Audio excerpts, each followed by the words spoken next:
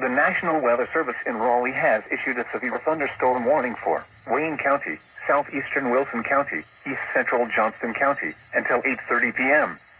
At 7:56 p.m., severe thunderstorms were located along a line extending from 9 miles west of Fremont to 7 miles west of Goldsboro, moving east at 30 miles per hour. Hazard, 60 miles per hour wind gusts. Source, radar indicated. Impact, expect damage to roof, siding, and trees. Locations impacted include Goldsboro, Fremont, Walnut Creek, Kenly, Princeton, Stantonsburg, Black Creek, Pikeville, Saratoga, and Eureka.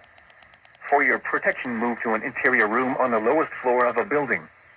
Repeating, a severe thunderstorm warning has been issued until 8:30 p.m. for the following counties in North Carolina: Johnston, Wayne, and Wilson.